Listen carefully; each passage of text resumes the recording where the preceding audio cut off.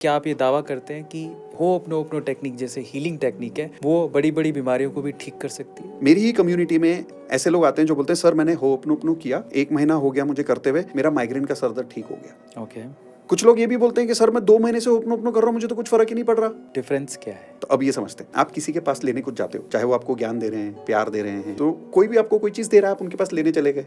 मान लो कोई आपको होपनोपनो सिखा रहा है, कोई आपको रेकी सिखा रहा है, आप उनके पास लेने के लिए गए, कुछ तो किसी घड़े में लेके आओगे। तो अगर आपका जो बर्तन है पहले से ही बहुत गंदा है, आप उसमें कितना ही शुद्ध घी डाल दो उस बर्तन के अंदर डाला हुआ शुद्ध घी आप खाओगे तो क्या ठीक होगा? थोड़ा टाइम लगेगा, साफ करना पड़ेगा उसको। लेकिन अगर कोई वही साफ बर्तन लेके पहुंच जाए और वही शुद्ध घी लेके खाए तो जल्दी असर होता है ना। तो फर्क यह है कि मेडिकल दुनिया में भी एक आदमी को पैरासिटामोल दे दो 5 मिनट में ठीक हो जाता है, दूसरे को तो 3 घंटा, फर्क ही नहीं पड़ रहा। ये मेडिकल साइंस में भी होता है, क्योंकि उस इंसान के अंदर कितनी बड़ी प्रॉब्लम है उसके हिसाब से वो दवाई काम करेगी ना। ये भी है।